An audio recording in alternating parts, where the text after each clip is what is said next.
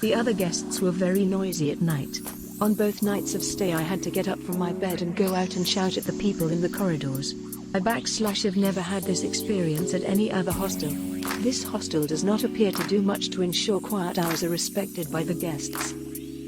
Well, the welcoming was cold, no smile, no patience, and internet went down and we couldn't get a room key, so had to keep asking them for when using facilities or getting in my room, and room was facing toward road and we could hear the traffic.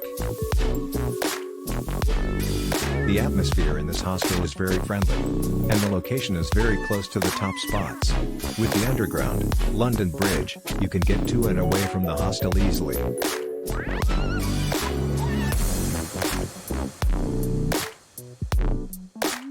It was a bit confusing to find the location online and I nearly checked into the wrong St. Christopher /. This was annoying as I was keen to get to my destination.